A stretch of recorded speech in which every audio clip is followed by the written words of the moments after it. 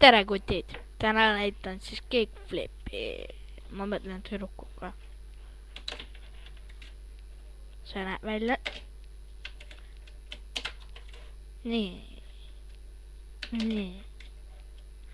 Kuidas seda teha, ennem harjutage Ollit, kuidas seda teha. Hoidke niimoodi, 2 sõrme hoidke niimoodi, lased alla,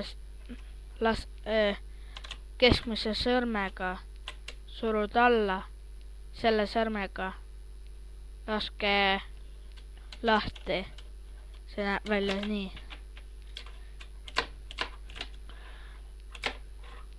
Nii, aga kuidas kickflipi teha?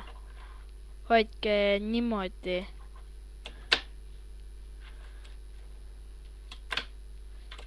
Niimoodi.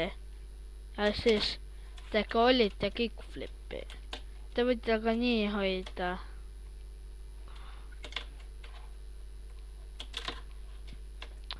Niimoodi tuleb paremini välja.